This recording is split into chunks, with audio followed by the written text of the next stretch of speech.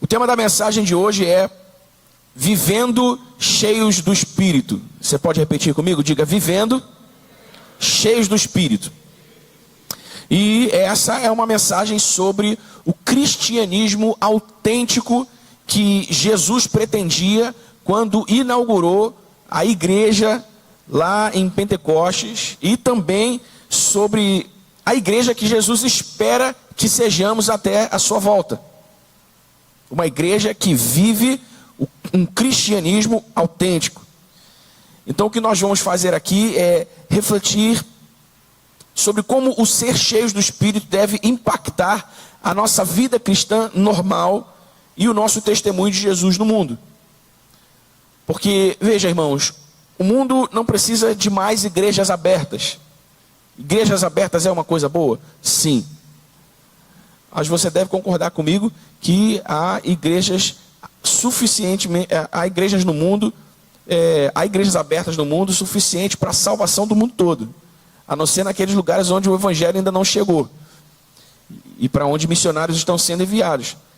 Porque o mundo não precisa de mais igrejas abertas, mais programas evangélicos na televisão. O mundo não precisa de mais conteúdo evangélico na internet.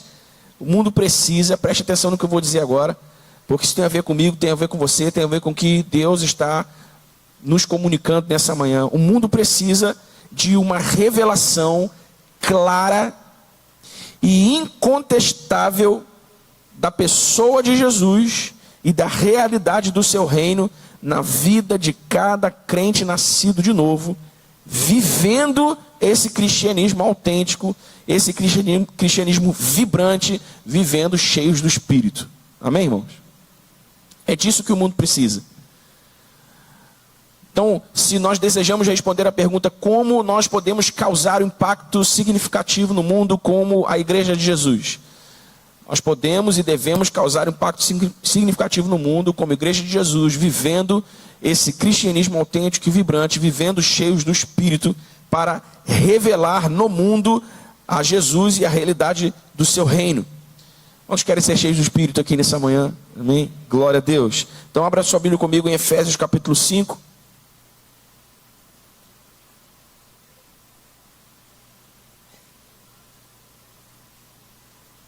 Efésios capítulo 5, versículo 18. Texto bastante conhecido das Escrituras. Eu mesmo já devo ter pregado talvez uma dezena de mensagens sobre esse texto. Mas glória a Deus, porque a palavra de Deus é viva e eficaz. Não é isso que diz os Escritores Hebreus? Viva e eficaz, mais cortante que uma espada de dois gumes, e que penetra o interior do homem até o ponto de dividir alma, espírito e corpo. Então glória a Deus, porque essa palavra viva e eficaz falará aos nossos corações mais uma vez nessa manhã. Efésios capítulo 5, versículo 18 diz assim: E não se embriaguem com vinho, pois isso leva à devassidão, mas deixem-se encher do Espírito, falando entre vocês com salmos, hinos e cânticos espirituais, cantando e louvando com o coração ao Senhor, e dando sempre graças por tudo a nosso Deus e Pai, em nome de nosso Senhor Jesus Cristo. Essa expressão de Paulo, deixem-se encher pelo Espírito, em outras versões da Bíblia, enchei-vos do Espírito, carrega um significado profundo que pode e deve ser compreendido à luz de todo o ensinamento a respeito da pessoa do Espírito Santo contido no Novo Testamento. E essa compreensão, ela precisa considerar essas duas dimensões da manifestação da pessoa do Espírito Santo na igreja. Ela precisa contemplar a habitação do Espírito Santo em todo crente que nasce de novo, e precisa contemplar também o que a teologia pentecostal carismática chama de o batismo do Espírito Santo, o que culmina nessa plenitude espiritual contínua. E é sobre isso que eu quero conversar com você nessa manhã, sobre essa plenitude espiritual contínua, que significa o que Paulo está querendo dizer com enchei-vos do Espírito, ou deixem-se encher pelo Espírito. Porque essa forma verbal usada por Paulo aqui para o termo enchei-vos do Espírito, que a NAA traduz como deixem-se encher pelo Espírito, é um imperativo presente, contínuo, passivo. E que pode ser lido literalmente assim: sede continuamente cheios do Espírito. Você pode repetir isso comigo? Diga: sede continuamente cheios do Espírito. E saber que essa forma verbal é um imperativo, também é um presente contínuo e também é uma forma verbal passiva, nos ensina algumas coisas interessantes. Primeiro, considerar que essa forma verbal é um imperativo significa dizer que isso é uma ordem. Uma ordem. E não uma sugestão. Deixar-se encher pelo Espírito, ser cheio do Espírito, é uma ordem de Deus. Ser cheio do Espírito Santo não é algo que nós observamos quando nós temos vontade. Não é algo que nós observamos quando nós não temos problemas para resolver. Ou quando o ambiente de louvor e adoração é favorável. Não, não. Ser cheios do Espírito é uma ordem que todos devemos obedecer. Portanto, uma realidade espiritual que todos devemos buscar. Amém, meu irmão? É muito importante começar por aqui, para que você entenda que nunca foi a vontade de Deus que a sua igreja vivesse um cristianismo morno, um cristianismo sem graça, um cristianismo sem expressão, um cristianismo sem relevância. Nunca foi a vontade de Deus que a sua igreja vivesse um cristianismo dominical apenas. Pelo contrário, sempre foi a vontade de Deus, e nós vemos como a vontade de Deus se manifestou na vida dos primeiros apóstolos e na primeira igreja, na igreja do primeiro século, que a sua igreja vivesse um cristianismo vibrante, um cristianismo que manifestasse o seu poder, um cristianismo que realizasse, literalmente, tornasse real a realidade de Jesus e do seu reino no mundo. Essa sempre foi a vontade de Deus. Por isso, entender que ser cheios do Espírito Santo é um imperativo, é uma ordem de Deus para todos nós, significa entender que viver cheios do Espírito Santo é a vontade de Deus, é o que Deus deseja. É o que Deus quer para cada um de nós. Amém? Amém, irmão? E à medida que nós vamos ouvindo sobre isso, e à medida que nós vamos compreendendo o que nós ouvimos sobre isso, nós precisamos fazer essa autoanálise. Nós precisamos fazer essa autoobservação para perceber que tipo de cristianismo estamos vivendo. Para perceber se estamos vivendo no cristianismo que Deus pretendia que vivêssemos, ou se estamos vivendo outro cristianismo. Amém? E eu não estou falando aqui sobre viver em pecado, não estou falando aqui sobre viver, eu não estou falando aqui sobre viver em heresia, nada desse tipo, nada dessas coisas. Estou falando aqui de nós não valorizarmos como devemos a obra de Jesus no Espírito Santo que está em nós e entre nós, para, exatamente como eu disse, revelar Jesus e a realidade do seu reino nesse mundo, através de nós. Amém? Eu vou repetir isso que eu disse agora porque isso é importante, presta atenção. O Espírito Santo está em nós e está entre nós para revelar Jesus e a realidade do seu reino nesse mundo através de nós. Espírito Santo em nós, o Espírito Santo entre nós e o Espírito Santo através de nós. Como Jesus vai ser visto e reconhecido no mundo? Como Jesus será visto e reconhecido no mundo? Como será vista e reconhecida a realidade do reino de Deus no mundo? Através de nós, vivendo no poder do Espírito Santo, vivendo esse cristianismo autêntico. Então, é um imperativo, é uma ordem. Mas a forma verbal usada por Paulo aqui também é um presente contínuo, o que significa dizer que é algo que deve ocorrer constantemente. Isso eu disse que não tem a ver com uma experiência, não tem a ver com uma única experiência vivida em um momento especial da nossa vida. Não tem a ver com um encontro sobrenatural específico que aconteceu num ano específico, num lugar específico, em uma circunstância específica. Isso deve ser uma realidade vivida constantemente, e não apenas uma vez. Ser cheios do Espírito Santo não é uma experiência estática definitiva, mas um estado espiritual em que todos devemos buscar viver continuamente. Amém? Porque entendemos que é uma ordem, então precisamos buscar viver nessa realidade continuamente. Precisamos buscar viver cheios do Espírito Santo continuamente. Viver cheios do Espírito Santo enquanto estamos juntos na igreja. Viver cheios do Espírito Santo quando voltamos da igreja para as nossas casas. Quando voltamos para o mercado e vamos trabalhar.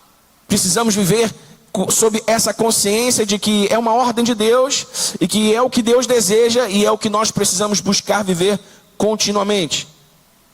Não apenas quando nós somos encorajados na nossa comunidade de fé, ou quando nós recebemos imposição de mãos, ou qualquer coisa do tipo, mas algo, de novo repito, que devemos buscar todos os dias.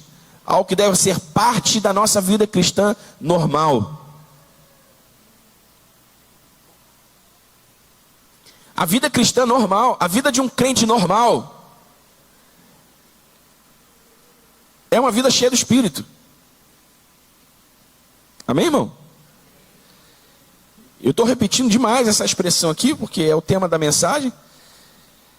E você vai entender o que isso significa, você vai entendendo o que isso significa, mas é importante lembrar que um crente normal é um crente cheio do Espírito Santo.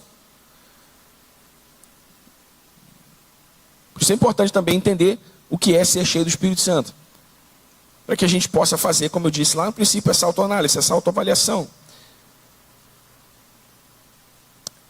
Mas é algo que todos nós devemos buscar, porque é uma ordem de Deus, é algo que todos devemos buscar continuamente, porque não significa uma experiência estática única, mas um presente contínuo. E a forma verbal usada por Paulo aqui para essa expressão, ela também é passiva. O que significa dizer que não nos enchemos a nós mesmos, mas nos submetemos a ser cheios. E isso não significa que nós não participamos do processo, mas que essa submissão necessária para sermos cheios do Espírito é uma posição que nós assumimos para que Ele venha e faça o que nós não podemos fazer. Amém? Então, saber que é imperativo é saber que é uma ordem. Saber que é um presente contínuo é saber que é uma ordem que devemos buscar cumprir continuamente. E saber que isso também é isso também é passivo, não significa dizer que nós simplesmente sentamos e esperamos que aconteça, mas que nós nos submetemos nessa posição de humildade, reconhecendo que isso não é algo que nós realizamos a partir da nossa própria força, nem da nossa própria vontade somente. Mas nós precisamos estar nessa posição. Amém? É uma posição. É uma posição, irmão.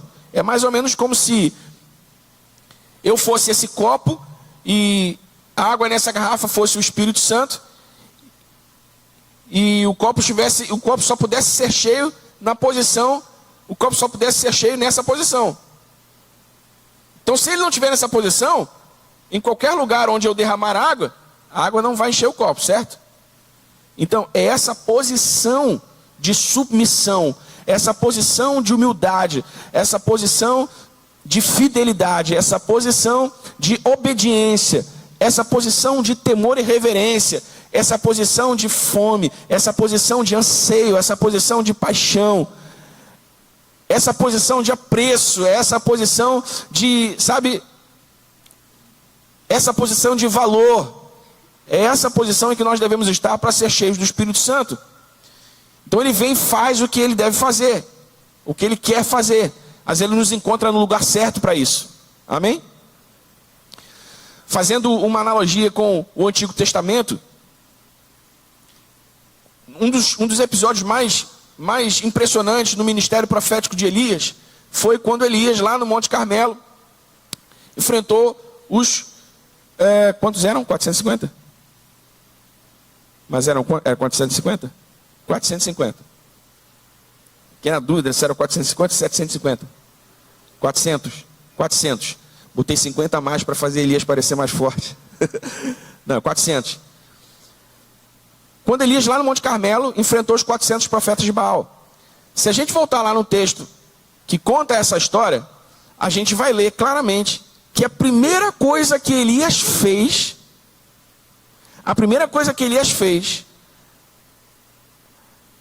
foi restaurar o altar. Elias restaurou o altar, e reparou o altar com as pedras do jeito certo, para que então Deus enviasse fogo do céu e consumisse o holocausto. Então olha só, há uma preparação, certo? Há uma condição, há uma posição para que Deus faça o que Ele quer fazer. Não que Ele precise que a gente esteja assim ou assado, porque Ele não pode, porque Ele não tem capacidade em si, não. Mas é porque é didático, é porque é instrutivo. Há uma posição, há um jeito certo, um modo certo de nós estarmos diante de Deus para que Ele venha e nos encha com o Espírito Santo. Amém?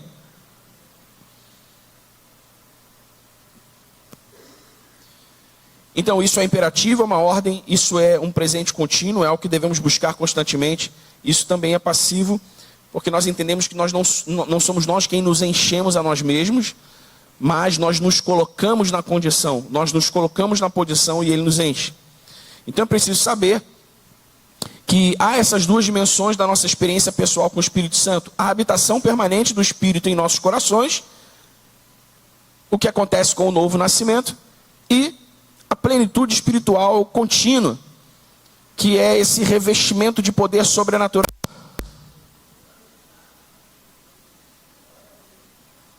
O que aconteceu? Pico de energia? Que susto, gente. Já ia passar a mão na arma aqui. Brincando.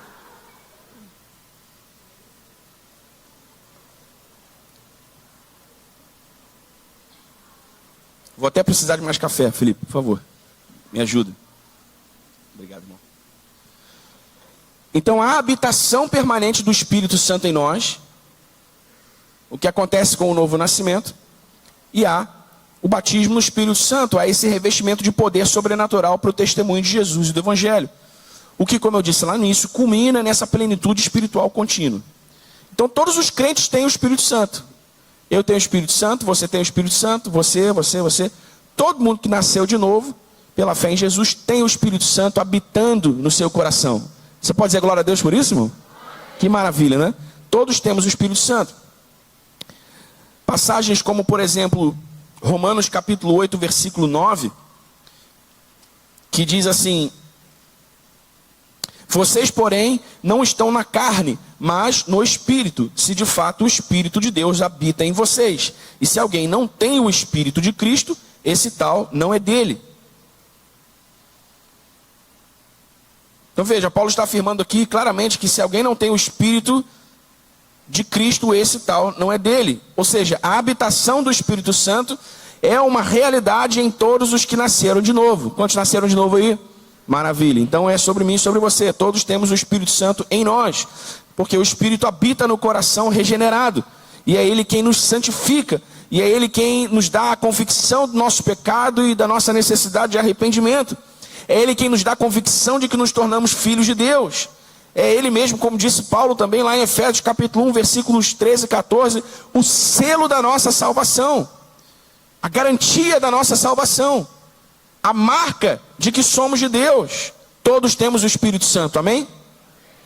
Mas há também essa segunda dimensão da nossa relação pessoal com o Espírito Santo, que é a experiência do enchimento com o Espírito. O que a nossa tradição carismática chama de batismo do Espírito.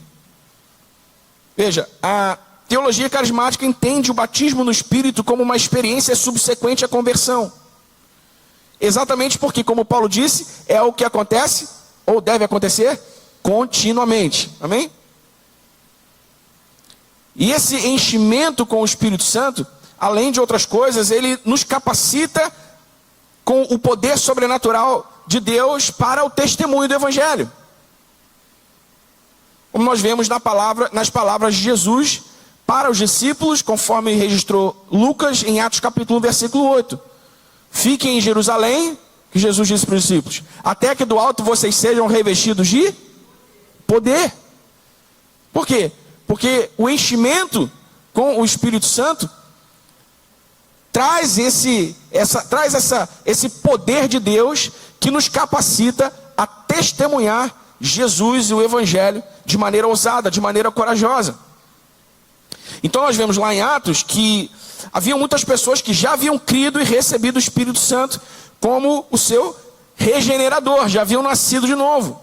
E elas também foram cheias do Espírito, com manifestações visíveis, como línguas, profecia, e a mais marcante delas, a ousadia para pregar o Evangelho. Portanto, a habitação do Espírito, ela é posicional, no sentido de que temos o Espírito, e porque nascemos de novo, ele está em nós, e isso é definitivo, amém? Isso é definitivo. E o encher-se do Espírito, conforme nós lemos em Efésios 5,18, é experiencial e progressivo. Está no campo da nossa experiência e é uma experiência contínua, ou deve ser uma experiência contínua. Amém, irmãos? Então guarde isso. A habitação do Espírito é posicional e definitiva, e o encher-se do Espírito é experiencial e progressivo. Todos nós já estamos vivendo a habitação, já nos tornamos a habitação do Espírito Santo, portanto já estamos vivendo essa dimensão da nossa relação com o Espírito Santo, que é posicional e definitivo. Está tudo certo, ninguém mexe nisso, mas todos nós precisamos viver continuamente nessa dimensão da nossa relação com o Espírito Santo, que é experiencial e que é progressiva. Isso tem a ver com uma vida rendida ao Espírito, tem a ver com uma atitude de contínua dependência, sensibilidade, obediência à direção do Espírito. Tem a ver também com uma compreensão e uma fluência no sobrenatural. Sinais e maravilhas, profecia, o testemunho ousado do Evangelho. É nessa realidade de vida cristã que Deus quer que vivamos. Obrigado, Felipe. Amém? É nessa realidade de vida que todos precisamos viver. E, irmãos, eu digo sem medo de errar, que é porque nós muitas vezes, inconscientemente, porque nos falta o ensino correto sobre isso, ou porque simplesmente não falamos o suficiente sobre isso, muitos de nós depois de algum tempo no Evangelho, acabamos por assumir um cristianismo que não é o cristianismo normal. Um cristianismo diferente do cristianismo que Deus pretendia quando inaugurou a sua igreja. Por quê? Porque deixamos de ser cheios do Espírito Santo continuamente. Ao ponto em que, para muitas pessoas, ler a Bíblia se torna uma tarefa muito difícil.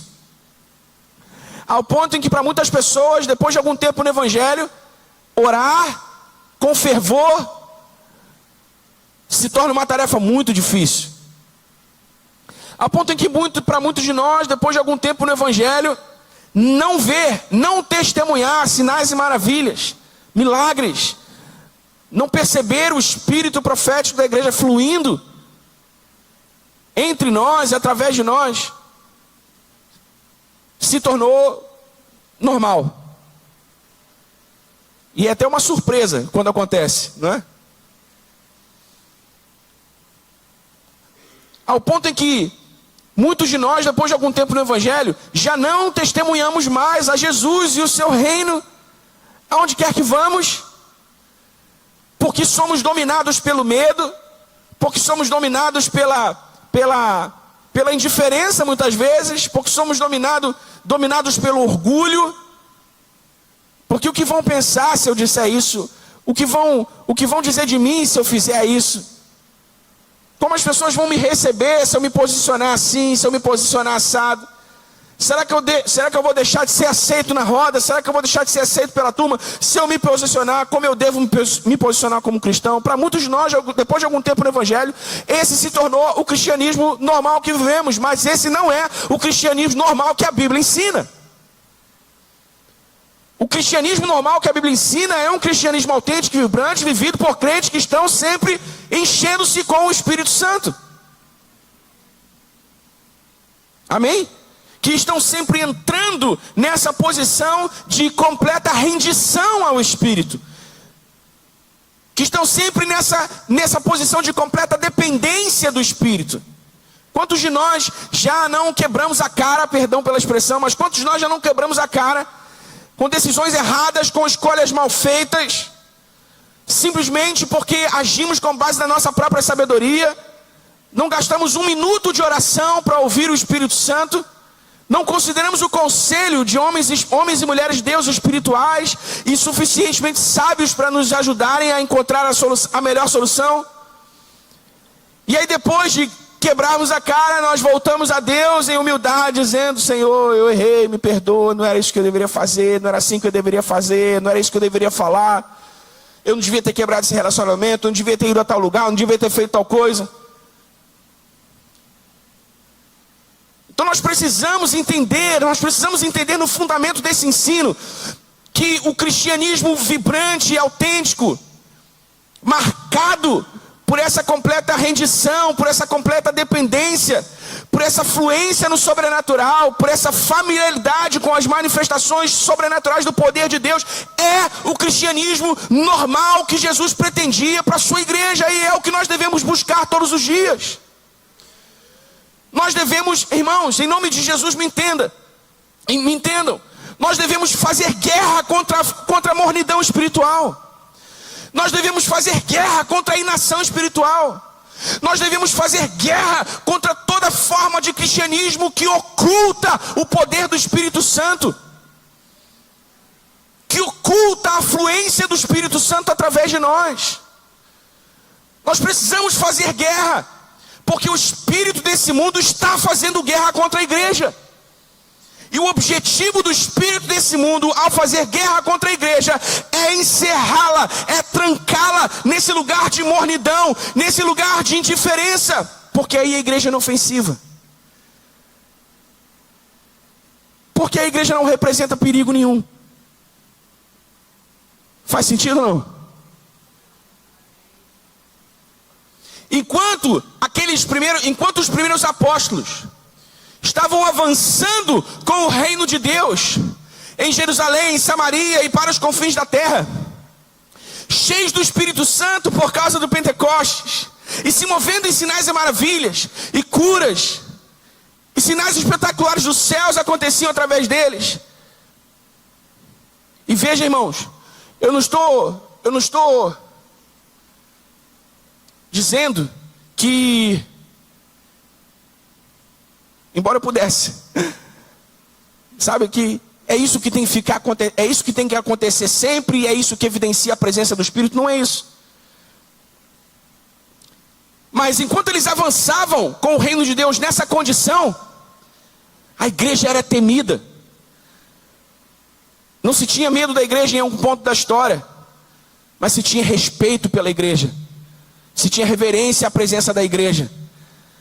O próprio texto de Atos dos Apóstolos, se não me engano, no capítulo 3 ou 4, dizia que enquanto a igreja crescia, porque eles se reuniam no pátio, porque eles se reuniam nas casas, porque eles estavam juntos, cantando, louvando, adorando ao Senhor, Deus acrescentava aqueles que iam sendo salvos à igreja, e a igreja crescia na estima do povo. O povo estimava a igreja. Em algum momento, enquanto os apóstolos estão avançando com o reino de Deus, na pregação ousada do Evangelho, houve quem dissesse a respeito deles: olha, aqueles que estão alvoroçando o mundo chegaram também à nossa cidade. Uma fama que precedia a presença física deles. Uma fama que precedia a pregação verbal deles. O que é isso? Isso é uma vida cheia do Espírito Santo. Isso é um cristianismo autêntico, vibrante, que produz um testemunho ousado e corajoso do Evangelho de Jesus, que produz essa abertura, essa vulnerabilidade e também esse desejo, essa fome, essa paixão por Jesus, pela sua presença, pela manifestação da sua presença. Você está comigo aqui, irmão? Então nós entendemos essas duas dimensões da nossa relação com o Espírito. A relação posicional e definitiva, que tem a ver com o nosso novo nascimento, tem a ver com a presença do Espírito em nós. Entendemos também essa dimensão experiencial e progressiva, que é o ser cheio do Espírito Santo, repetidamente, continuamente, que tem a ver com o nosso testemunho de Jesus, que tem a ver com o nosso cristianismo autêntico, vibrante, que é a vontade de Deus para nós, para a sua igreja. E em cima, antes de tudo, nós entendemos que isso, irmãos, é disso que o mundo precisa. Amém? É disso que o mundo precisa. Porque deixa eu falar uma coisa para você, irmão. Quando aqueles caras chegavam numa cidade, começavam a pregar o Evangelho, sinais e maravilhas aconteciam, eles não perdiam um segundo do seu tempo debatendo o viés político do atual governante de Roma, debatendo as iniciativas fiscais e econômicas do ministro da Fazenda de Roma, debatendo como é que a igreja poderia ser mais relevante e ganhar voz na sociedade. Naquele momento aquilo não fazia o menor sentido para eles, porque eles tinham uma mensagem, e eles tinham uma missão, e eles estavam cheios do Espírito Santo. Eu não estou dizendo que essas coisas não são importantes, eu não estou dizendo que a igreja não deve se envolver com essas coisas, pelo contrário, deve. Mas o problema é que muitos de nós, por alguma razão desconhecida, eu chuto que seja porque não estamos lendo a Bíblia o quanto deveríamos ler, que a relevância da igreja está aí. A relevância da igreja está em o quão presente no debate público as lideranças evangélicas estão. O quão engajadas nas pautas sociais mais atuais a igreja está.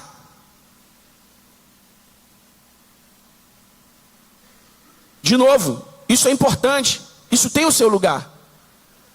Mas nós invertemos a ordem das coisas.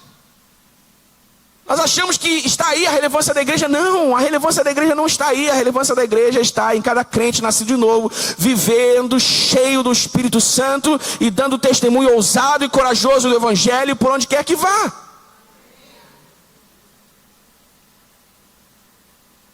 Porque, irmão, alguém que está com câncer terminal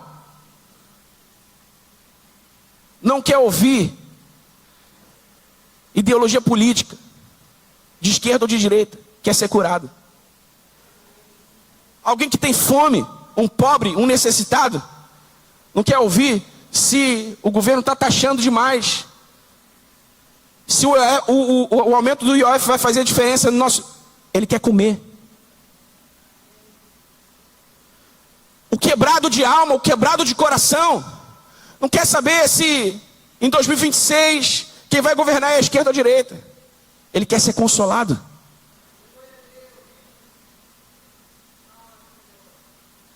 Os que estão presos, acorrentados por vícios, degradando a sua própria vida porque não conseguem mais livrar-se desses vícios.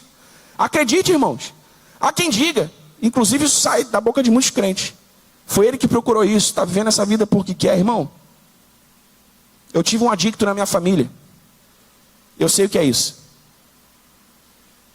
Eu sei o que é isso. Ninguém está aí porque quer. Ninguém vive dessa maneira porque quer. Voluntariamente viver assim.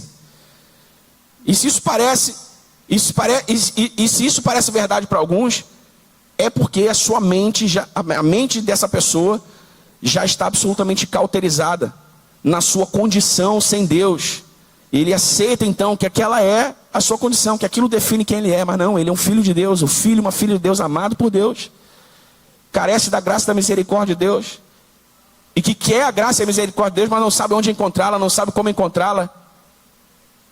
E é aí que a igreja aparece. Aqueles que alvoroçaram o mundo chegaram a nós. Por quê? Porque a marcha para Jesus está cada vez mais cheia? Porque agora é um crente que é o presidente do Brasil? Porque agora é um crente que é o governador do Rio de Janeiro? Não.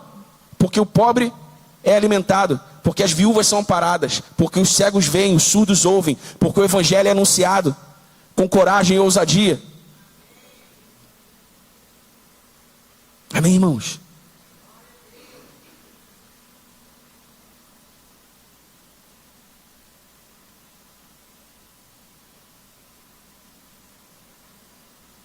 Para que você não saia daqui pensando que eu não considero essas coisas que eu mencionei aqui importantes. Engajamento político, engajamento nas pautas culturais modernas.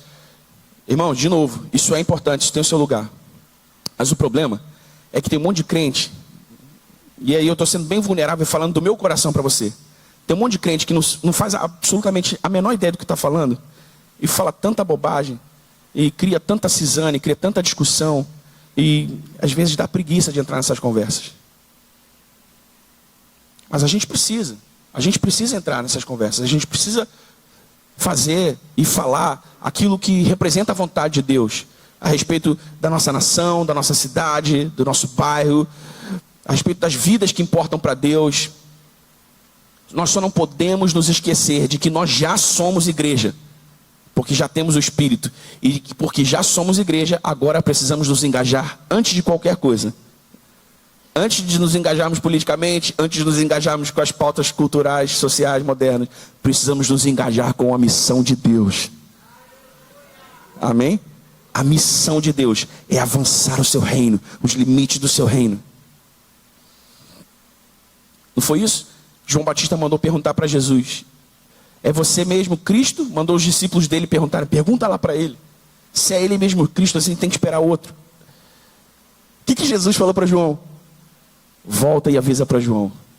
Os cegos estão vendo. Os surdos estão ouvindo. Os necessitados estão sendo amparados. E o reino de Deus está sendo anunciado. Essa era a missão de Jesus. Essa é a missão de Deus. E essa deve ser a missão da igreja. Amém?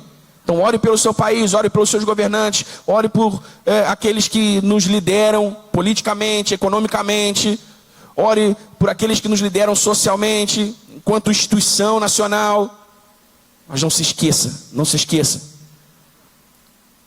que depois do nosso novo nascimento, nos tornamos peregrinos. E essa terra aqui é só uma passagem.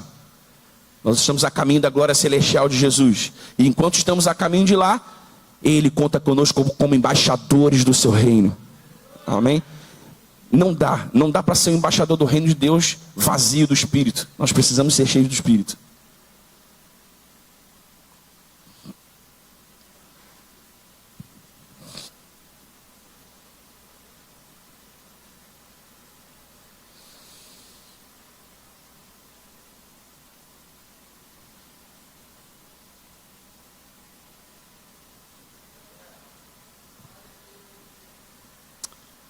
Eu vi algo interessante nas últimas 3 semanas, né? Em que Israel e Irã entraram em guerra. E ontem os Estados Unidos entrou na guerra também. E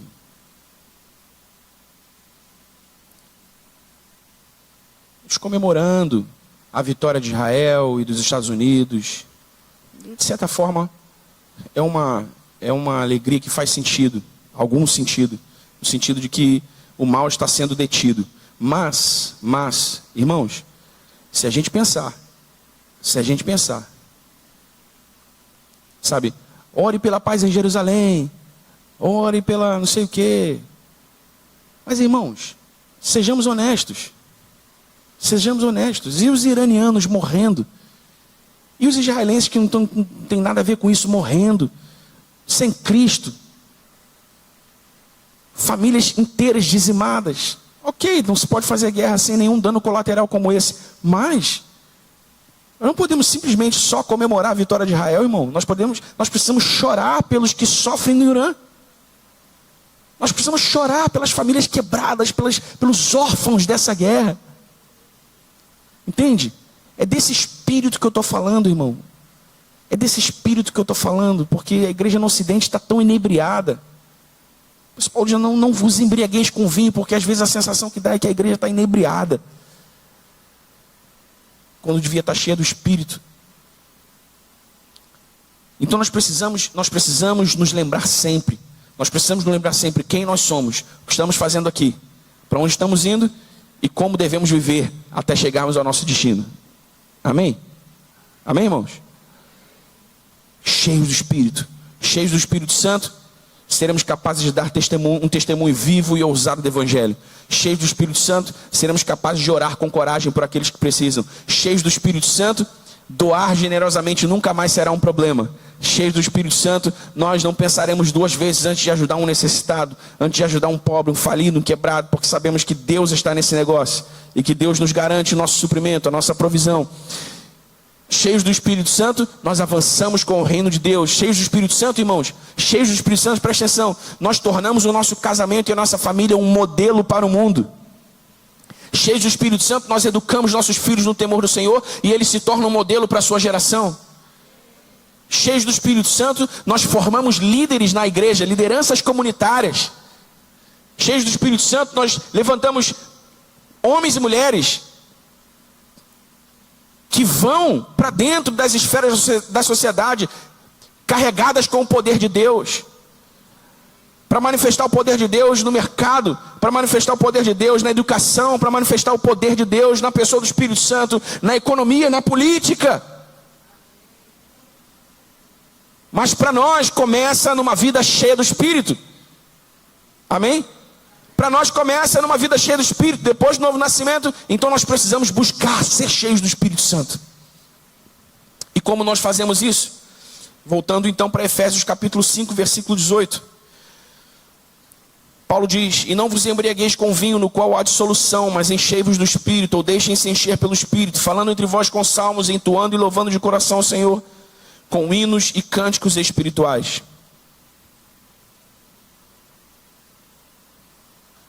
Quantos querem ser cheios do Espírito Santo? Amém. Então primeiro, abandone toda e qualquer falsa substituição. É o que significa o que Paulo está dizendo, não vos embriagueis com vinho. Por que ele compara a embriaguez com vinho ao ser cheio do Espírito? Porque a primeira condição para ser cheio do Espírito Santo, para viver cheios do Espírito Santo, é não buscar preenchimento em fontes carnais. Se você nasceu de novo, você é um crente em Cristo Jesus, irmão.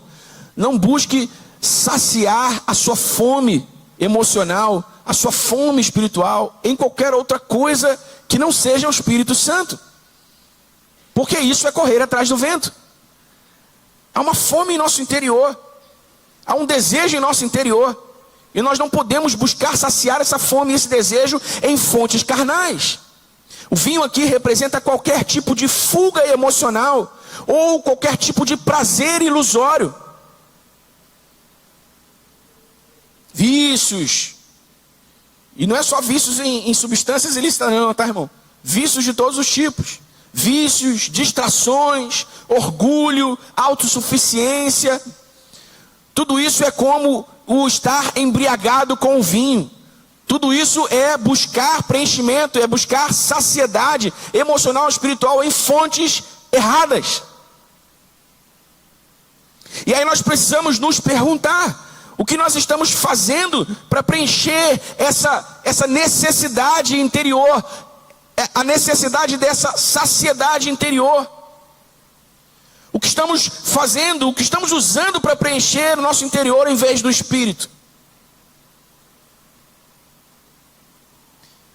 Porque nós precisamos decidir nos esvaziar completamente de tudo aquilo que compete com o Espírito Santo em nossa vida, porque ele não enche um coração dividido.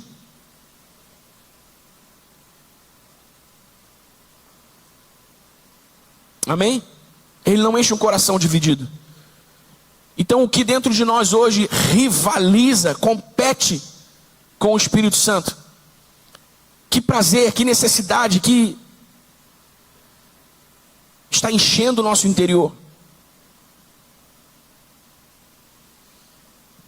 Segundo, renda-se completamente ao controle do Espírito. É o que Paulo quer dizer com enchei-vos do Espírito. Então primeiro você decide não se embriagar com vinho, decide não substituir o ser cheio do Espírito por qualquer fonte de prazer emocional, prazer carnal. Em segundo lugar, então, você se rende completamente ao controle do Espírito. E assim como toda a construção da sentença de Paulo, como nós já dissemos, né? Isso aponta para esse passivo contínuo. Deixem-se continuamente ser cheios. Esse deixem-se tem a ver com essa posição da qual eu falava. Essa posição em que ele nos encontra na condição apropriada para sermos cheios do Espírito. Onde ele não nos encontra distraídos, onde ele nos encontra atentos, onde ele não nos encontra perdidos em desejos, em ambições, em sonhos quaisquer, onde ele nos encontra focados em receber mais dele, para que o seu propósito e a sua vontade sejam feitas em nós. Isso exige rendimento e sensibilidade constante. Não é algo que acontece uma vez e pronto. Nós devemos submeter a nossa vontade, os nossos pensamentos e as nossas emoções e os nossos desejos ao Espírito Santo todos os dias. E como nós fazemos isso, irmão? Nós fazemos isso em primeiro lugar orando. Se nós desejamos isso, nós precisamos orar por isso. Quando você deseja que Deus abra uma porta de emprego para você, você ora a beça por isso. Passa um pedido de oração lá na frente, a gente ora. Quando você precisa de um milagre, você ora a beça por esse milagre. E quando você reconhece que você precisa de mais dele, ser mais cheio do Espírito Santo, por que você não ora? Porque você não pede isso a Deus. Porque você não pede isso ao Espírito Santo. Isso não é alguma coisa que simplesmente acontece, é algo que nós buscamos. Amém, irmãos? Quando ele diz não se embriaguem, olha só, ele está nos chamando a uma ação. Deixem-se encher, ele está nos chamando a uma posição. É algo com o qual nós nos envolvemos. Então nós, em primeiro lugar, precisamos orar. Espírito de Deus, se derrame sobre mim no dia de hoje. Encha-me da tua presença, encha-me da tua unção, encha-me do teu fogo, da coragem e da ousadia que devem me mover hoje para testemunhar Jesus nos meus ambientes de trabalho, familiar. Amém? Você não simplesmente acorda, levanta, bota sua roupa, toma seu café e sai para fazer o seu dia. Não, você começa o seu dia colocando diante do Senhor essa prioridade. Senhor, eu quero ser um homem de Deus, uma mulher de Deus, que vive cheio do Espírito e que está pronto no lugar certo e na hora certa para ser usado pelo Senhor, na missão do Senhor, como embaixador do reino do Senhor até que o Senhor venha. Amém?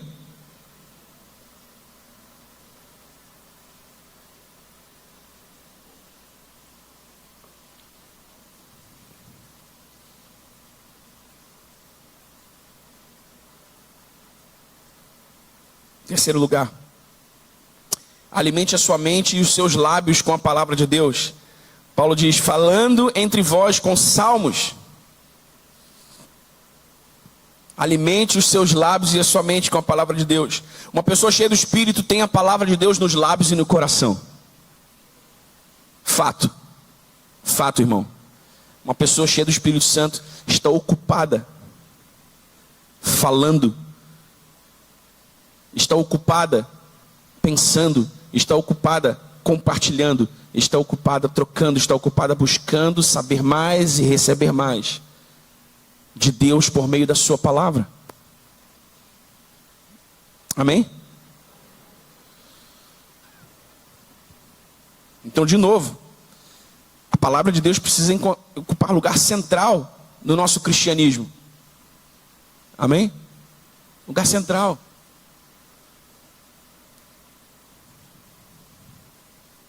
Só um dado curioso, porque me ocorreu aqui, atravessou minha mente aqui agora.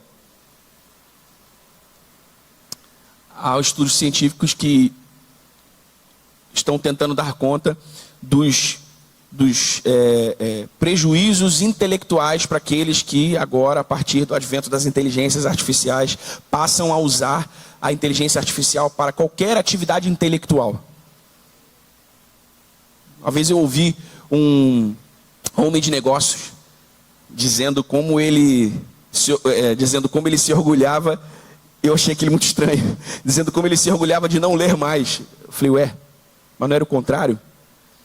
Não, porque agora ele vai na inteligência artificial, ele pede um resumo do livro, pede bullet points, né, pede pontos principais, e ele tem ali o resumo do livro, ele considera que ele já sabe tudo sobre o que aquele livro está dizendo. Então assim, o mundo, irmão, a configuração do sistema desse mundo, ela é pensada, ela é orquestrada para nos afastar da palavra de Deus. Então a tendência natural a tendência natural dos homens no fim dos tempos é lerem cada vez menos a Bíblia. Aliás, é lerem cada vez menos. E lerem cada vez menos a Bíblia também. É por isso que eu falei, a gente precisa fazer guerra. Você está entendendo o que eu estou falando, irmão? Tu tem que fazer guerra. Se tu não fizer guerra, tu vai ser vencido pelo espírito desse mundo. Porque não pode ser normal um crente achar que já se alimentou da palavra o suficiente durante uma semana porque ele assistiu 2 mensagens no YouTube de pregadores diferentes, com vieses teológicos diferentes, e ele não entende nem metade do que foi pregado naquele vídeo. Não pode ser normal um crente achar que está sendo alimentado, nutrido espiritualmente, sem ler a Bíblia. Não pode ser normal. Está comigo aqui, irmão? Então, tenha a palavra de Deus nos seus lábios, tenha a palavra de Deus na sua mente. Por quê? Porque alguém cheio do Espírito Santo é alguém que está ocupado, está com seus lábios ocupados, a sua mente ocupada. Você vai ler outras coisas? Vai. Você vai ver vídeo na internet? Vai. Você vai ler outros materiais? Vai. Tem muita gente estudando aí para um monte de coisa. Vai. Ok. Só não se esqueça daquilo que é prioridade. Amém? Prioridade. A palavra salmos aqui são cânticos bíblicos, como os do livro de Salmos mesmos. Talvez você não saiba, mas o livro dos Salmos, né, os salmos em si, a maioria deles são cânticos. Eram poemas musicais, escritos pelos salmistas, cheios de verdades sobre Deus, sobre a vontade de Deus, o caráter de Deus. Falando entre vós com salmos.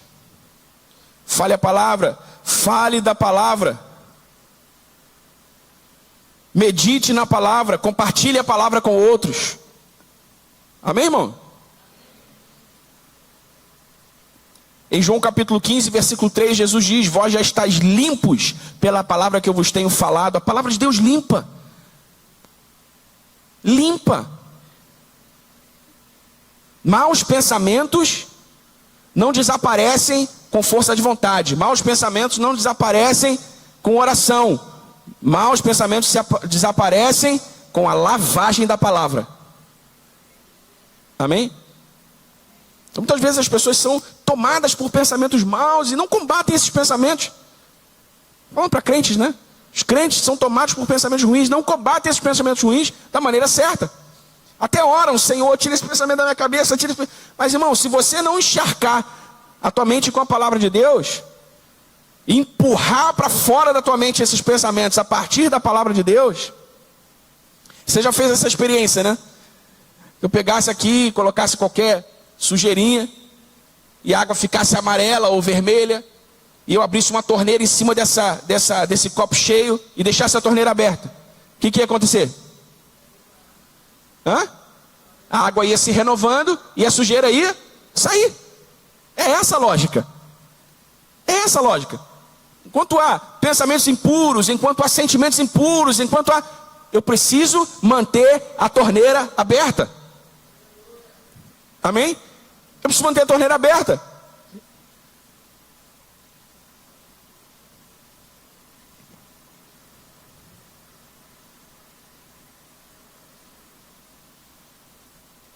Quarto lugar, cultive um espírito de louvor, entoando e louvando de coração ao Senhor com hinos e cânticos espirituais. Uau! Que maravilha, isso é muito bom. Porque, irmãos, presta atenção, o louvor não é só com os lábios, mas do coração para o Senhor. Por que eu estou falando aqui sobre cultivar um espírito de louvor? Porque não é só cantar verbalmente, mas é cultivar um coração que louva, um coração que adora também. Esses hinos, entre aspas, né? Essa palavra hinos a que Paulo se refere aqui, são composições doutrinárias e exaltadoras de Deus, da sua pessoa. E esses cânticos espirituais indicam espontaneidade, frescor, direção do Espírito. Então nós precisamos manter um coração adorador, amém, irmãos? Mesmo nos dias difíceis. Eu quero te encorajar, irmão, separe tempo diário para cantar ao Senhor, mesmo em voz baixinha ou até em pensamento. Cante com entendimento, cante em línguas. Separe um tempo do seu dia para exaltar o Senhor, para adorar o Senhor, para louvar o Senhor, sabendo que essa prática, essa iniciativa, ela viabiliza que você se torne cheio do Espírito Santo. Amém?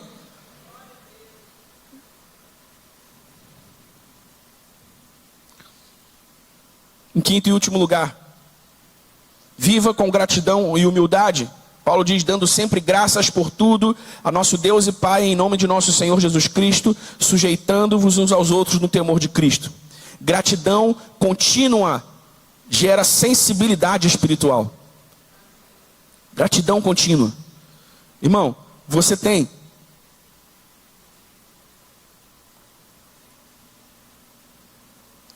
muitos motivos para ser grato essa manhã. Tem ou não tem? Muitos. Passe os olhos sobre sua vida, sobre sua casa, sobre sua família, sobre suas finanças. Com um apertozinho aqui, outra ali, as contas estão pagas. Você está empregado. Quem está desempregado aqui? Tem alguém desempregado aqui? A Jana? Levanta a mão quem está desempregado. Só a Jana? Vamos orar por isso, né? Mas olha só a Jana levantou a mão. O restante do pessoal está aí empregado ou tem sua aposentadoria. Família está boa, dentro de casa. Um desafiozinho aqui, outro ali, mas está tudo dando certo, funcionando. Quantos motivos a gente tem para ser grato, irmão? Quantos motivos a gente tem para ser grato? Quarta-feira de noite, quarta-feira de manhã, aí que eu falou assim, vou fazer um risoto de alho poró com quê? Com queijo, com 4 queijos, não sei, um negócio gostoso pra caramba que ela faz. Aí, comprei as coisas para ela fazer, ela fez. De noite eu estava em casa, cheguei da conexão, aí sentei com aquele pratão de risoto, um bifão de contrafilé ali, bonito. Falei, cara, a gente é muito abençoado por Deus, né, irmão? Muito abençoado por Deus, muito. Eu me regozijei naquele prato de comida, não pela coisa do comer em si, mas por olhar assim, falei assim, caramba, como Deus é bom. Você pode não ter comido o que eu comi, mas você comeu quarta-feira de noite? Comeu?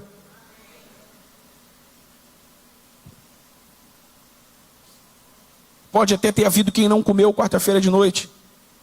Mas certamente, se esse alguém está vivendo em obediência e fidelidade ao Senhor, viu a graça de Deus se manifestando ou na quinta, ou na sexta, de alguma forma especial. Porque isso é o que Deus faz na vida de quem é obediente, fiel. Nós temos muitos motivos, irmãos. Muitos motivos para ser gratos. Mas nós precisamos demonstrar essa gratidão. É por isso que Paulo fala lá em Filipenses capítulo 2, sobre ações de graças. A gratidão verbal, por meio de uma oração, é um tipo de ação de graças. Mas há outros tipos de ações de graças. Há outras maneiras de expressar gratidão.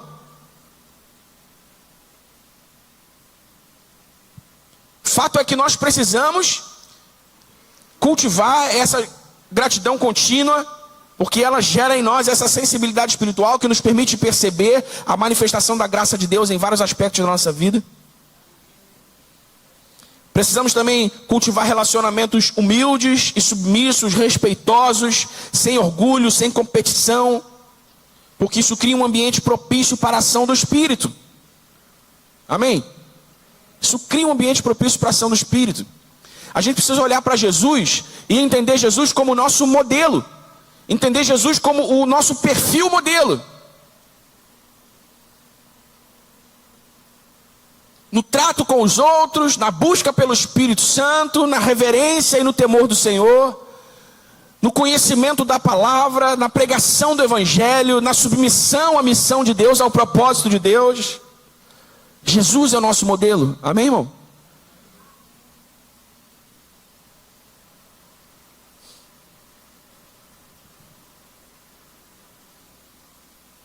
Pratique sempre o perdão, seja grato, mesmo pelo que você ainda não entende. Sirva alguém. Sirva alguém. Irmão, parece brincadeira, mas é verdade. Eu digo isso porque eu já experimentei isso. Muitas vezes quando a gente está apurrinhado com coisas que a gente tem que resolver, com problemas que a gente tem que resolver, com soluções que a gente precisa encontrar, e a gente está assim, ou quando a gente está absorto nas nossas próprias necessidades, e a gente se lança para servir alguém, a gente se lança para abençoar alguém, a gente se lança para fazer por alguém aquilo que a gente pode fazer. Irmãos, isso é como um bálsamo. É como um bálsamo. E por algum momento você é como se você fosse retirado daquele ambiente de problemas, de necessidades de solução, de dilemas, e você fosse trazido para um ambiente de absoluta dependência e confiança na provisão divina. Você já passou por isso? Tudo inebriado, estava tudo nublado, difícil, mas você encontrou uma oportunidade de servir, você foi lá e serviu alguém de coração, e você viu Deus clareando tudo. Deus faz essas coisas, porque Ele quer que sejamos cheios do Espírito, e isso viabiliza que sejamos cheios do Espírito. Amém?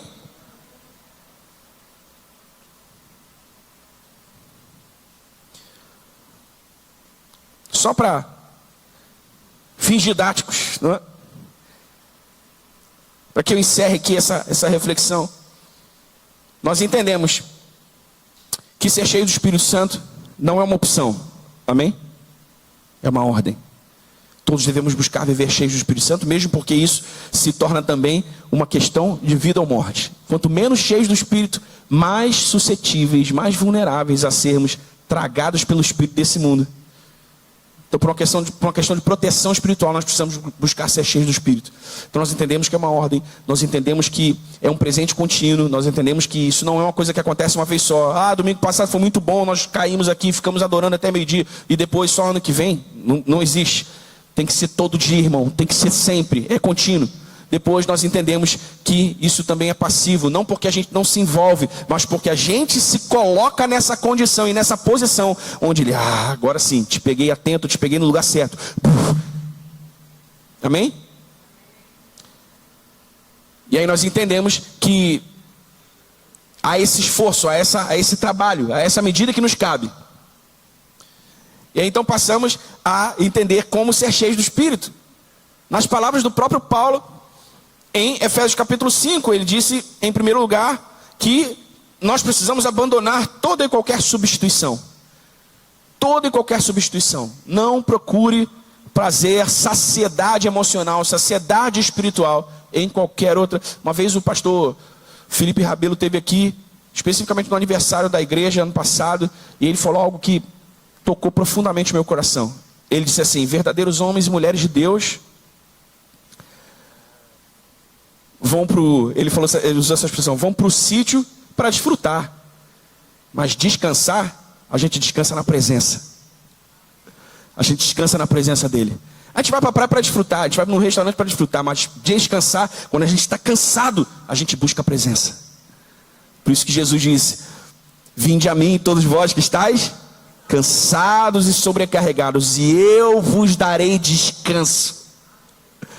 Ai, estou tão cansado, meu Deus do céu, preciso descansar. Ok, você precisa descansar, irmão, mas não acredite que você, como filho de Deus, vai encontrar toda a saciedade que você precisa no seu descanso na praia, no sítio, no restaurante, dormindo até meio-dia. O teu descanso está na presença.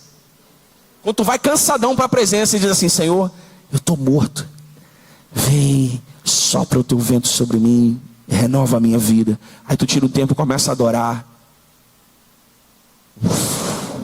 O renovo começa a acontecer. O renovo começa a acontecer. Então às vezes tu quer descansar, dorme até 11 horas, 11h30, acorda um bagaço, porque o homem não foi feito para dormir até 11h30 da manhã. Acorda um bagaço, passa o resto do dia ruim, com a sensação de que você está mais cansado que antes de deitar. Então, irmãos, nós precisamos nos lembrar disso. Nós não podemos substituir o espírito, o ser cheio do espírito, por qualquer prazer emocional, prazer sentimental, carnal, até mesmo espiritual, que não seja a presença e o Espírito Santo. Amém? Em segundo lugar, Paulo nos ensina que nós precisamos nos render completamente ao controle do Espírito. Então, enchei-vos do Espírito. Não se embriaguem, mas enchei-vos. Então nós nos colocamos nessa posição e dizemos assim: Senhor, Tu és o Senhor sobre a nossa vida, vem sobre nós. Em terceiro, nós alimentamos a nossa mente e os nossos lábios com a palavra. Em quarto, nós cultivamos um espírito de louvor. E em quinto, nós vivemos com gratidão e humildade. Amém, igreja? Vivendo cheios do Espírito. Repita comigo, diga: vivendo cheios do Espírito. Diga de novo: vivendo cheios do Espírito. Assim que essa mensagem for recortada do ao vivo e entrar lá no nosso canal no YouTube, assista de novo. Assista de novo. Assista de novo. Assista de novo, leia os textos bíblicos, faça anotações, ouça o Espírito Santo, mas aprenda que essa é a vontade de Deus e que há um caminho para todos aqueles que querem ser cheios do Espírito Santo. Amém, igreja? Fique de pé no seu lugar em nome de Jesus.